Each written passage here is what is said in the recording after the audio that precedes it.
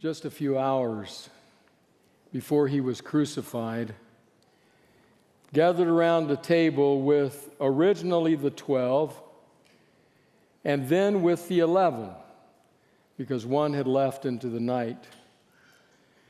Jesus spoke these words. They're found in John's Gospel, the 13th chapter, beginning in verse 34. A new command I give you, love one another.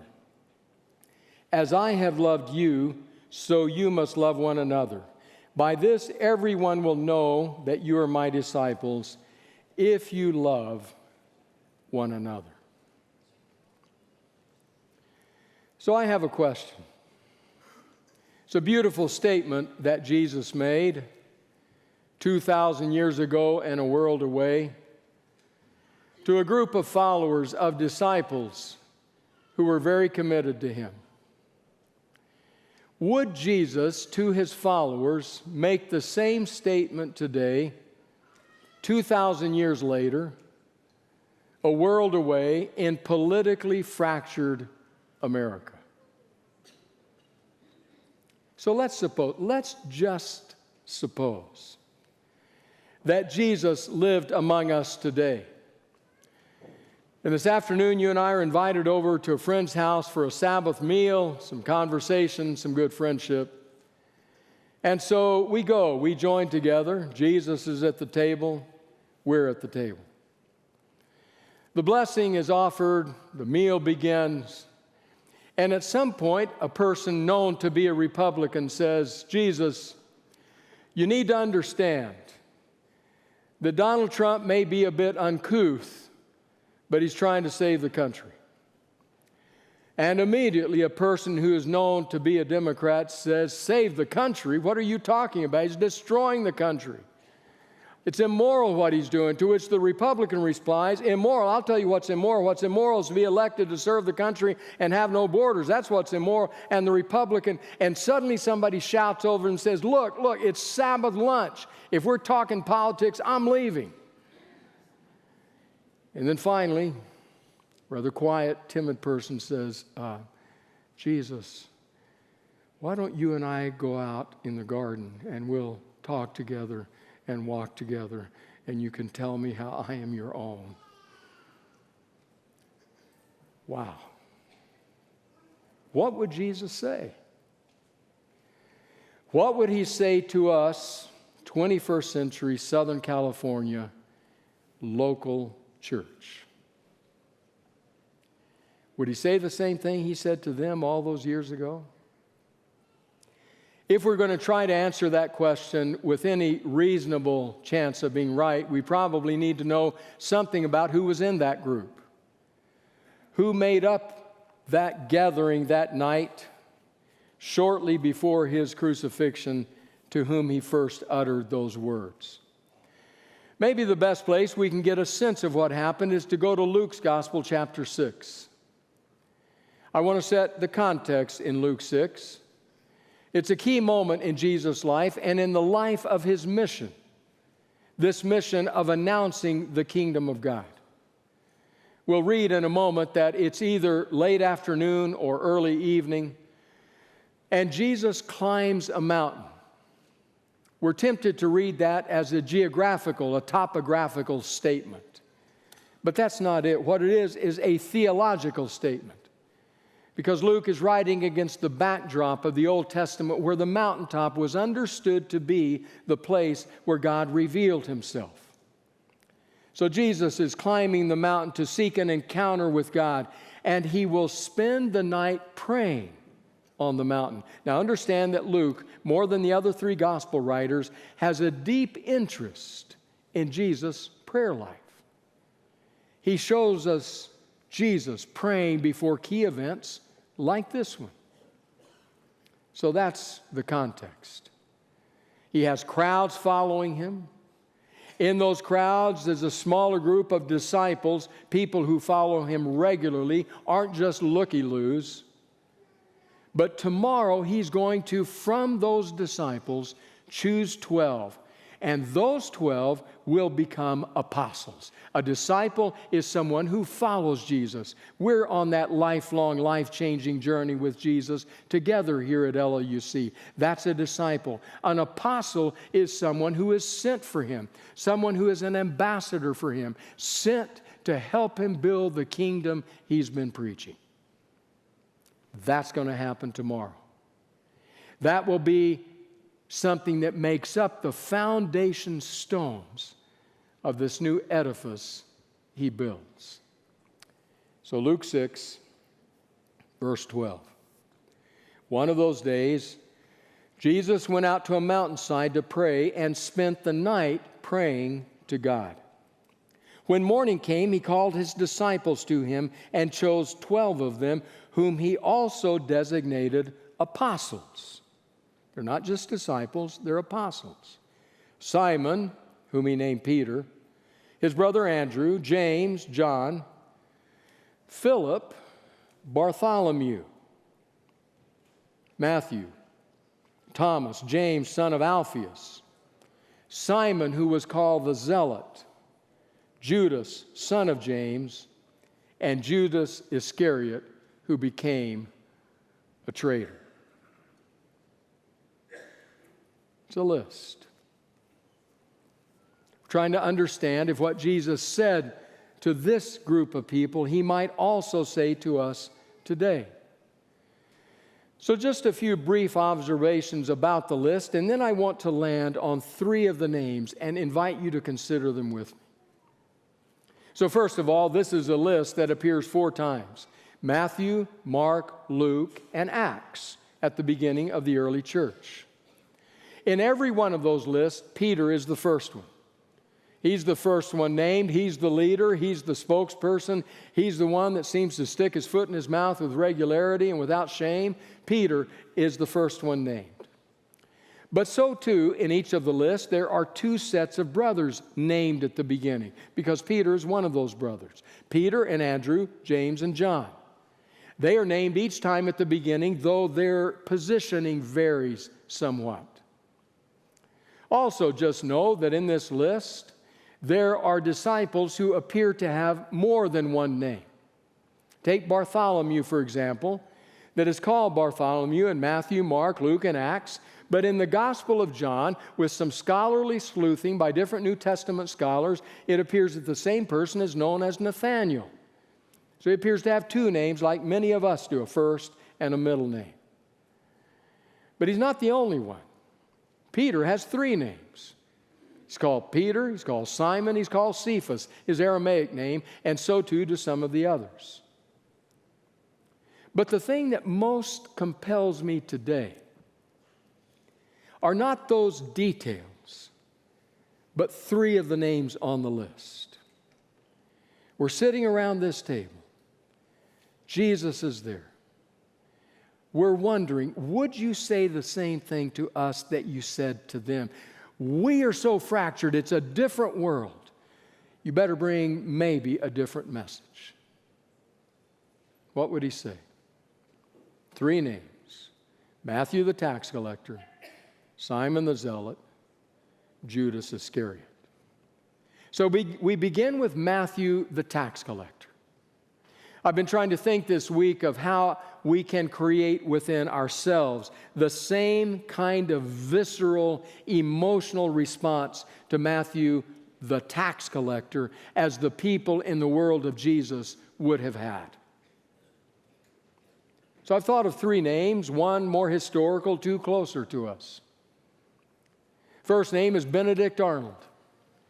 Benedict Arnold, who at the time of the struggle for American freedom from Britain said to the British, as an American, I will help you capture and take over West Point. It's the prized place, the protected fort. They will need this to win. If we get it, we will win. So he said, I'll get it for you, and thus became known as a turncoat, inscribed his name into the annals of history as a traitor. What about closer to our time? Does the name Robert Hansen ring a bell? Robert Hansen, for some 20 years in the FBI, stealing our secrets, selling them to the Soviets and then to the Russians, doing unspeakable damage to America's agency. Story is told in the movie Breach, sent to prison, life, no possibility of parole. Robert Hansen. Or the name Aldrich Ames. Similarly, though, at the CIA, divulging to the Soviets the names of American agents in the Soviet Union.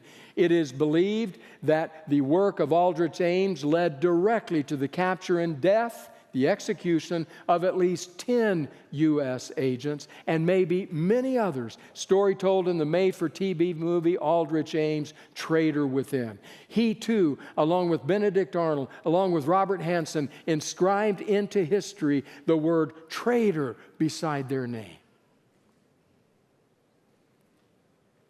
I suspect that had there been a thesaurus in the world of Jesus, had you looked up the word traitor, one of the synonyms it would have given you would have been tax collector. Because the tax collector was a collaborator with the empire. A collaborator with that occupying force so despised by the Jewish people. They lived under the crush of Rome's heavy heel, despising the subjugation of this empire, wanting to do anything possible to be free of it, praying for the arrival of the Messiah. And in the middle of that social milieu, that cultural context, Matthew, the tax collector, the collaborator, the traitor, who is not only sold out to the empire, but is also lining his pocket with the proceeds. And Jesus says to Matthew, "Follow me." He's at the table. Simon is at the table. Not Simon Peter, that's another Simon. Simon the Zealot is at the table. So what is the meaning of that sobriquet, that nickname, Zealot, Simon the Zealot? There are three possibilities, the first one being that he was a person zealous for God. Zealous for the honor of God, the name of God, the reputation of God, somebody who was sold out to God. You know the kind of person we might say of her, oh, she's zealous. She is really sold out to Jesus. Every time the church doors open, there she is. She's always volunteering. In fact, I heard the other day, she's going to take Greek so she can read the New Testament in the original language. I tell you, she is zealous. That almost certainly is not why Simon was called the Zealot. Almost certain, because there was a meaning, a cultural meaning to that term in the time of Simon. Barclay puts it maybe most succinctly when he writes this: Simon was a zealot, and the zealots were fanatical nationalists who were sworn to assassinate every traitor and every Roman they could. Barclay is right on zealots having that commitment. That's the second possibility. But Barclay may be a little bit off in time frame. He's describing a larger movement, but that violent bloodshed in which they actively engaged actually wasn't quite erupting yet. That would come. So let me talk to you about the third possibility. Reading from a Bible dictionary, these are the words. Simon was one of the 12 disciples / apostles of Jesus. He is called the Zealot, and there follow some texts, or the Cananean, an appellative based on Hebrew and Aramaic kana, which means zealous. Zeal was a technical term widely used in Judaism of the Hellenistic period for a desire to preserve the purity of Judaism and the Jewish land, temple, and people, even at the cost of suffering and inflicting death. Simon has often been identified as a member of the Zealot party, active at the time of the Jewish revolt in AD 66 to 70, some 35 years later. But it would be more accurate to say that he represented that form of Jewish piety that was later galvanized into revolt and that provided the pattern for those who call themselves zealous at the time of the revolt. In other words, this third position is saying that was his mindset, that was his belief, that was his commitment, and everything was to some degree still simmering beneath the surface. The anger, the rage at the occupying forces, the desire to do them in. Had he been able to get away with it, no doubt he would have slipped a knife between the ribs of any Roman he could. But the full outright revolt would come some years later. In other words, it's there. It's brewing, it's stewing in his heart. The anger, the rage. We've got to find independence. Revolutionary. And Jesus says to Simon, follow me. Now, before we go to name number 3, we're sitting at the table. Thought it was going to be a nice Sabbath afternoon lunch, but all this is broken out. So I'll just ask the question. Jesus,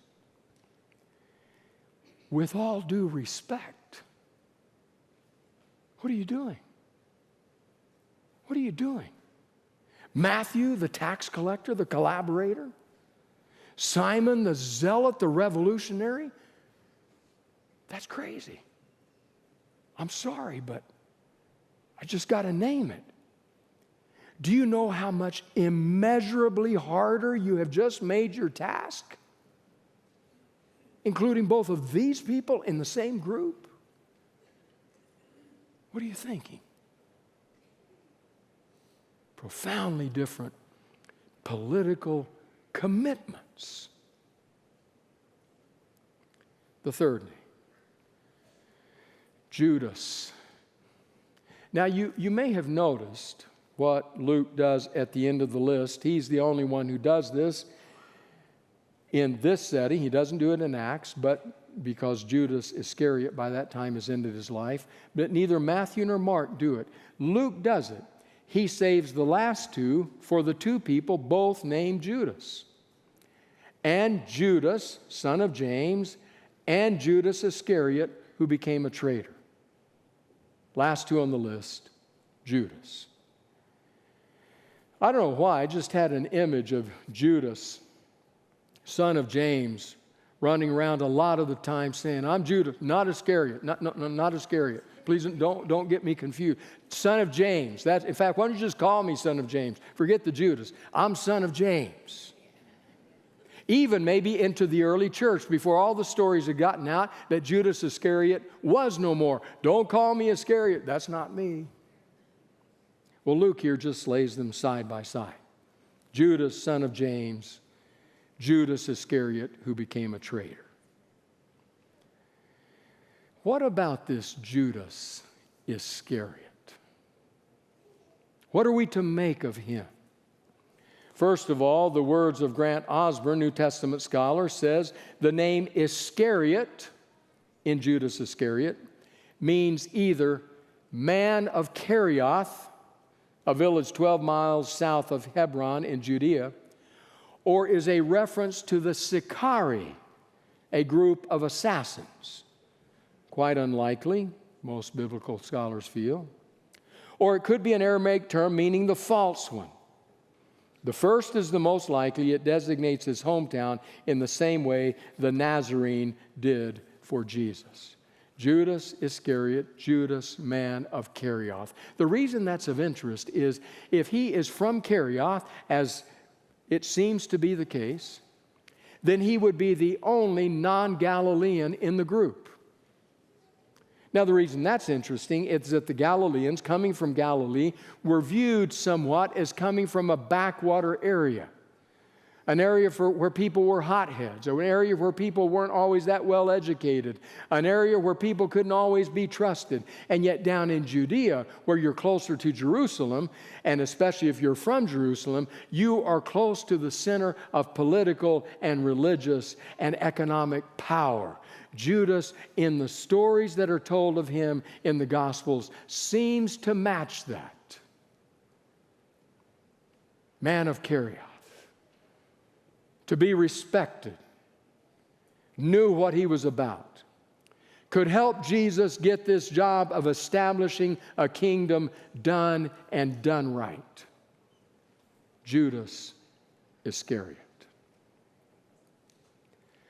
There's something else very curious about what Luke does when he names Judas Iscariot. If you read Matthew, at the end of the list, he says Judas Iscariot, who betrayed him. If you read Mark, at the end of the list, Judas Iscariot, who betrayed him. But then we read Luke at the end of the list, and he says Judas Iscariot, who became a traitor. Became a traitor. Leon Morris, New Testament scholar, all three Gospels finish with Judas Iscariot and mention his betrayal, but only Luke says that he became a traitor. Apparently, he was faithful at the beginning. Became. Interesting Greek word, genomai. It's a common word used in many places. It describes something that changes into something. It's a word used when the tempter comes to Jesus after 40 days of fasting.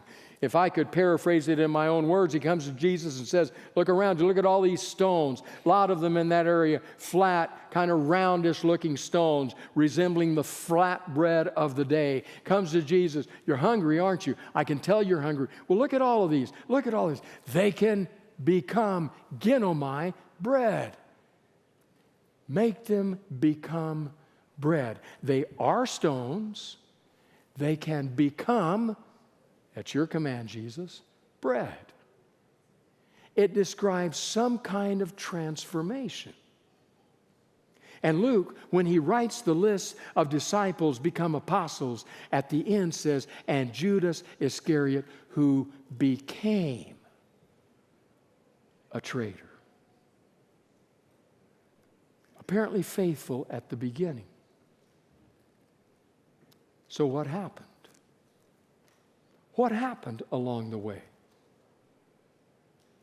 It appears, if you follow the account, if you trace his story, that he had certain very clear ideas about the kind of kingdom that Jesus needed to create and about how he himself could benefit, how he could be given power in that kingdom. One example is what happens late in Jesus' ministry when the woman comes and breaks the alabaster jar of ointment and anoints him, and people are murmuring, and Judas is back here whispering to those near him, why did he allow that? That's expensive perfume. We could have sold that and helped these poor he's always talking about. And John, the gospel writer, adds at that point, not that he cared about the poor, but he carried the bag of money. Judas appears to have had very clear ideas about what the kingdom Jesus was coming to establish should look like. They were not necessarily unlike those of Simon the Zealot, but maybe much more moderate in terms of how it is to be brought about. One wonders then, as he's following in the footsteps of this Jesus, and as he's listening to him preach, what must have happened in the heart of Judas? After all, the list we read in Luke 6, the next section is Jesus' sermon called the Sermon on the Plain, in which he says, "Blessed are you poor. Blessed are you who weep. Love your enemies. it appears that something within Judas grinds against that. That's no way to create a kingdom. Poor, what are you talking about? The poor crying. Make the Romans cry. Restore us to power. Became. It's curious that near the end of Jesus' ministry, as we're moving into the Passover weekend, the weekend when he will be crucified, as it has become clear that his life cannot last much longer, because not only are the religious forces allied against him, but now the political forces are bringing their power to bear. As that becomes increasingly clear, Judas makes one last-ditch attempt to force his hand, to declare himself king. The way Luke describes it in Luke 22 is he says that at that moment, Satan entered into him. Satan entered into him. This one who has clear ideas about kingdom and power. And Luke simply says he became a traitor. So we're sitting around the table. Started out good, got politically rough very quickly. And I'm wondering, to a group like this in fractured America, in fractured Christian America, would Jesus have the audacity, the temerity to say, love one another? Well, you've got Matthew there, tax collector. Simon there, zealot. Judas is there at a certain point and then leaves. Do you know those words we read, love one another as I have loved you? Just 4 verses before that, Judas left into the night, intent on his diabolical deed. Would Jesus say the same to us? When you put these personalities against the backdrop of their day, it gives a very different understanding to those popcorn moments in the gospel when the gospel writers said they're fighting over who should be the greatest. I once upon a time thought, well, they're fighting about who's the great, who's the most powerful, who's the best looking, who will sit next to Jesus, who will inherit the prime minister, all of those things. They may have had some of those arguments, but much more likely the fights were over how this kingdom deals with the Roman Empire, how it deals with the weakness we have and the desire to supersede in might. Fighting. And Jesus calls them, each one, and seeks to teach them that with all the differences in their positions, temperaments, and personalities, they are to be bound together by one reality. And that's devotion to Him and love for each other. I'm not talking romantic, warm, gooey feelings kind of love.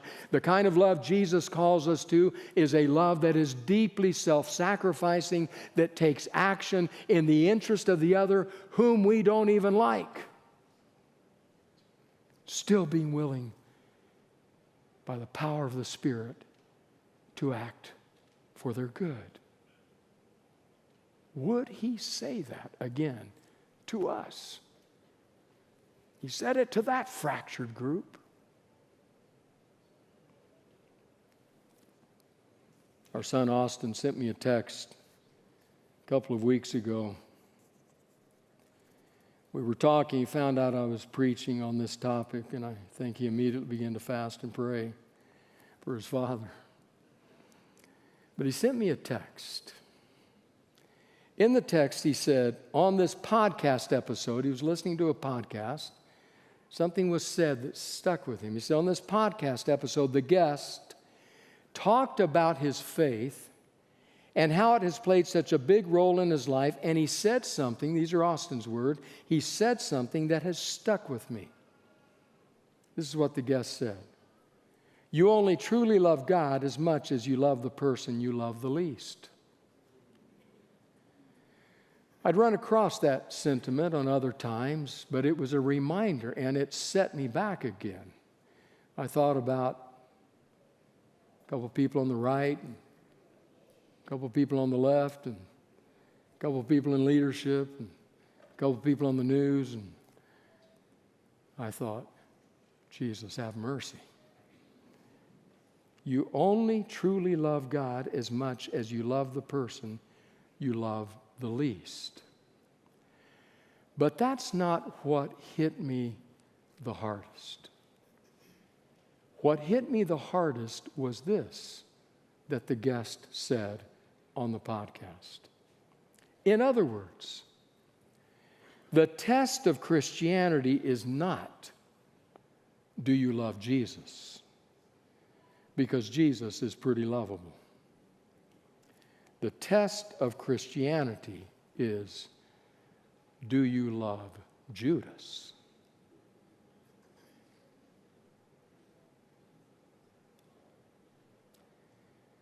I want to encourage you to maybe push away from that table and go out in the garden to walk and talk a bit with Jesus. Because you're going to need him if you're going to answer that question. Because maybe he's right. Maybe the true test of Christian faith is not, do I love Jesus? It's, do I love Judas?